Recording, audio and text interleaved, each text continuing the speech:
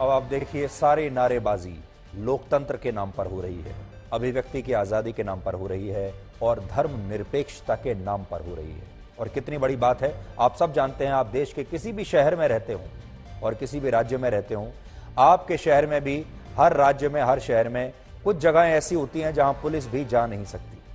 और अपने ही देश में इस तरह के लोगों को गिरफ्तार करना, उन पर कार्रवाई करना हमारी ही एजेंसियों के लिए कितना मुश्किल होता जा रहा है, आप यहां देख पा रहे हैं। और ये वो लोग हैं जो एक स्लीपर सेल की तरह काम करते हैं। ये आम लोगों के बीच में ऐसे घुल मिल जाते हैं, भीड़ में ऐसे घुल मिल जाते हैं कि आपको उस भीड़ को देखकर यह पता नहीं चलेगा कि इसमें कौन कौन से लोग ऐसे हैं जो देशद्रोही हैं, वो कौन कौन से ऐसे लोग हैं जो इस मौके का इंतजार कर रहे हैं कि वो हमारे समाज को तोड़ दें, हमारे देश को तोड़ दें, पता ही नहीं चलेगा।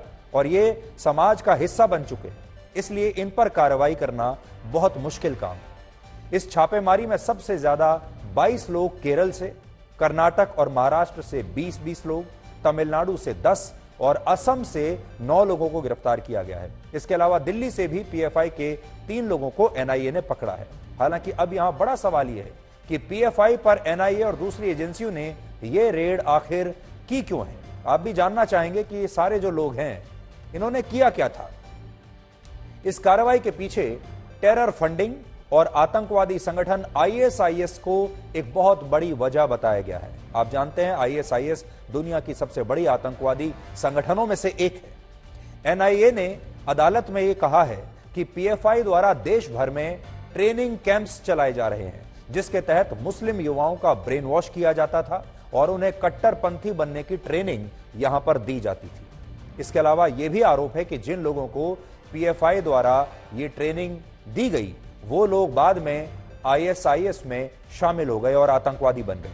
और ईडी ने भी यही कहा है कि पीएफआई के बैंक खातों से टेरर फंडिंग की गतिविधियों के बारे में पता चला है। और यह बात भी सामने आई है कि ये संगठन भारत में इस्लामिक शासन लाने के लिए प्रशासनिक सेवाओं से लेकर दूसरे क्षेत्रों में एक संगठित साजिश पर काम कर रहा था। अब सोचिए, ये कितनी खतरनाक साजिश है, इसे आप हल्के में मत लीजिए। और इससे पहले हम बड़े गर्व से कहा करते थे कि आईएसआईएस जैसे आतंकवादी संगठन में हमारे देश का कोई युवा नहीं गया। हमारे देश में 20 करोड़ से ज्यादा मुसलमान रहते हैं, लेकिन हमारा कोई मुसलमान युवा इस संगठन में शामिल नहीं हुआ। लेकिन अब आपको यह समझ में आएगा कि पीएफआई के जरिए आईएसआई जैसे संगठन जो हैं, वो पूरे देश में अपना जाल बिछा चुके हैं। उनका नेटवर्क पूरे देश में फैल चुका है। केरल से लेकर असम तक, दिल्ली तक, हमारे 15 राज्यों को इन्होंने कवर किया है। 15 राज्य तो वो है जहां पर हमने रेड की है और वहां पर युवाओं को ब्रेन वॉश किया जा रहा है। यह पूरा ऑपरेशन इतना संवेदनशील था कि इस दौरान गृह मंत्री अमित शाह को इस रेड से जुड़ी एक एक जानकारी रियल टाइम में दी जा रही थी। और भारत के राष्ट्रीय सुरक्षा सलाहकार अजीत डोवल भी रेड के लिए गई टीमों के साथ लगातार संपर्क में थे, क्योंकि मामला बहुत ही सेंसिटिव था, कुछ भी हो सकता था। ये सारे लोग इतने खतरनाक हैं कि देश में आग लगा सकते थे, दंगे करा सकते थे और सैकड़ों लोगों की जान जा सकती थी। इसके अलावा आज इस कार्रवाई के बाद एक उच्च स्तरीय बैठक हुई, जिसमें पीएफआई से जुड़ी गतिविधियों पर विस्तार से चर्चा की गई है। और पीएफआई वही इस्लामिक संगठन है जिस पर दिल्ली, राजस्थान, उत्तर प्रदेश और दक्षिण भारत के कई शहरों में दंगे कराने के पहले आरोप लग चुके हैं। इसके अलावा उन पर शाहीन बाग के आंदोलन को भी फंडिंग के आरोप लगे थे। और कर्नाटक में आजकल जो मुस्लिम छात्राओं द्वारा हिजाब को लेकर जो मुहिम चलाई जा रही है, उसके पीछे भी पीएफआई नाम का ही यही संगठन है। और आपको याद होगा, अभी सुप्रीम कोर्ट में कर्नाटक सरकार ने यह लिख कर दिया है कि हिजाब को लेकर जो आंदोलन चल रहा है, उसके पीछे पीएफआई है और पीएफआई मुस्लिम छात्राओं को भड़का रहा है, उनका ब्रेन वॉश कर रहा है। पीएफआई भारत के मुसलमानों के हक में आवाज उठाने की बात करता है, दावा करता है, लेकिन सच यह है कि पिछले एक दशक में भारत में जितने बड़े दंगे और आंदोलन हुए हैं, उनमें इस संगठन की भूमिका हमेशा संदिग्ध रही है। और बहुत कम लोग ये जानते होंगे कि संस्था की स्थापना का इतिहास अयोध्या से जुड़ा हुआ है। उस वक्त केरल में नेशनल डेवलपमेंट फ्रंट, कर्नाटक में फोरम फॉर डिग्निटी और तमिलनाडु में मिनिथा निथि परसाई का गठन हुआ था, पासाराई का गठन हुआ था। और ये सारी संस्थाएं उस जमाने में अयोध्या में राम मंदिर की मांग का विरोध कर रही थी। हालांकि जब काफी वर्षों के बाद भी इन्हें सफलता नहीं मिली तो इन सभी संगठनों का विलय कर दिया गया, और विलय करने के बाद जो एक संगठन बना उसका नाम है पीएफआई। शुरुआत में पीएफआई का मुख्यालय केरल में था, लेकिन बाद में इसे दिल्ली शिफ्ट कर दिया गया और धीरे धीरे कई राज्यों के संगठनों ने अपना विलय पीएफआई में कर दिया। इससे यह संगठन अब तक 23 राज्यों में फैल चुका है और इसके पास करीब 4 लाख सदस्य हैं। पीएफआई पर यह आरोप भी है कि वो उसी आतंकवादी संगठन का बदला हुआ प्रारूप है जिस पर भारत में वर्ष 2001 में प्रतिबंध लगाया गया था, और आपको याद होगा उसका नाम था सिमी।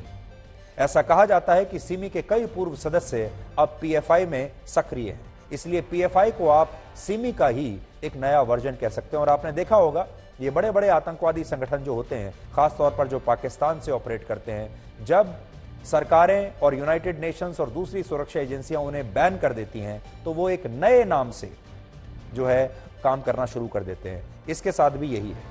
यह संगठन इतना खतरनाक है कि आज अगर इस पर भारत सरकार ने पूर्ण रूप से प्रतिबंध लगा भी दिया तो भी यह दूसरे नामों से देश भर में काम करता रहेगा। ये जो तस्वीर आप देख रहे हैं, देश भर में पीएफआई के कुल 4 लाख सक्रिय सदस्य हैं।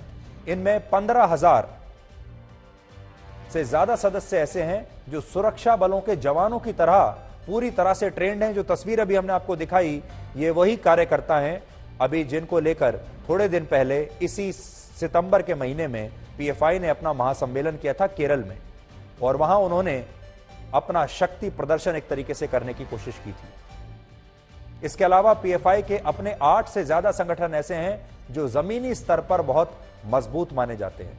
आज बड़ा सवाल यह है, उस दिन भी हमने आपसे यही कहा था, ये सारे जो 4 लाख ट्रेंड और ब्रेन वॉश्ड कार्यकर्ता हैं, अगर पीएफआई ने इन्हें आपके पीछे छोड़ दिया तो आप कल्पना कीजिए क्या होगा। यानी आप ऐसा समझ लीजिए कि 4 लाख स्लीपर सेल्स हमारे देश में सक्रिय हैं, 4 लाख टाइम बॉम्ब्स हमारे देश में अलग अलग जगहों पर टिक टिक कर रहे हैं। जैसे जो दूसरे संगठन हैं उनमें social democratic party of India PFI का राजनीतिक संगठन है, सीएफआई उनका छात्र संगठन है, एनडब्ल्यूएफ महिला संगठन है, और ऑल इंडिया इमाम्स काउंसिल भी एक संगठन है जो मुस्लिम धर्मगुरुओं और इमामों को अपने साथ जोड़ता है। यानी इन्होंने अपने बहुत सारे संगठनों को बनाकर रखा है और ये समाज के हर तबके को, हर वर्ग को अपने साथ जोड़ रहे हैं। छात्रों को भी जोड़ रहे हैं, प्रोफेशनल्स को जोड़ रहे हैं, महिलाओं को जोड़ रहे हैं। कहने का मतलब यह है कि पीएफआई की इतनी सारी दुकानें हैं कि अगर इनमें से एक दुकान पर भी सरकार ने ताला लगा दिया या सील कर दिया, तब भी यह संगठन भारत में कोई ना कोई इस्लामिक कट्टरपंथ फैलाता रहेगा। एक संगठन को आप प्रतिबंधित करेंगे तो यह दूसरे संगठन में विलय हो जाएगा, दूसरे को प्रतिबंधित करेंगे तो तीसरे संगठन में विलय हो जाएगा। इसलिए इन्होंने इतने सारे संगठनों को बनाकर रखा है और ये लोग जानते हैं कि एक ना एक दिन इन पर बैन होगा, इसलिए इतने सारे संगठनों का जाल बुन लिया है। एक बैन हुआ तो दूसरा संगठन सक्रिय हो जाएगा। ये इनकी रणनीति है। अब आपको बताते हैं 2010 की एक घटना। उस समय पीएफआई के एक सदस्य ने केरल के एक प्रोफेसर का सिर्फ इसलिए हाथ काट दिया था क्योंकि उस प्रोफेसर ने एक प्रश्न पत्र में सीपीएम के नेता पीटी कुंजू मोहम्मद की उसके बारे में एक लघु का जिक्र किया था। इस प्रोफेसर की गलती सिर्फ इतनी थी कि उसने इस कहानी का जिक्र करते हुए पीटी कुंजू का पूरा नाम लिखने की बजाय केवल मोहम्मद लिख दिया, जिसके बाद पीएफआई ने इस कॉलेज के मुस्लिम छात्रों को भड़काकर इस प्रोफेसर को मारने की योजना बना दी और बाद में उनका खुलेआम सबके सामने हाथ काट दिया गया था। तस्वीर आपको आज दिखा रहे हैं। ये प्रोफेसर ईसाई धर्म के थे और जैसा मैंने आपको बताया कि इसकी गलती इनसे ये हुई थी कि उन्होंने पूरे नाम की बजाय मोहम्मद लिख दिया था और हाथ इनका काट दिया गया। आजकल देश में ये धारणा बनाने की कोशिश की जा रही है, आपने भी देखा होगा, अक्सर सोशल मीडिया पर आप भी पढ़ते होंगे कि न्यूज चैनल्स पर जो एंकर्स हैं वो हेट स्पीच या नफरती बातें बोलकर समाज में नफरत फैला रहे हैं। एंकर्स पर यह जिम्मेदारी डाल दी गई है और न्यूज चैनल के एंकर्स को जिम्मेदार ठहराया जा रहा है कि वो नफरत फैला रहे हैं। लेकिन आप खुद सोचिए, क्या यह बात सही है? हकीकत यह है कि आज नफरत फैलाने के लिए टीवी एंकर्स को दोष देना तो बहुत आसान है, लेकिन सोचिए जो नफरत और कट्टरपंथ खुलेआम देश के इतने सारे राज्यों में, 23 राज्यों में शहरों में, गांव में पीएफआई जैसे संगठन फैला रहे हैं, उसे आखिर कौन रोकेगा?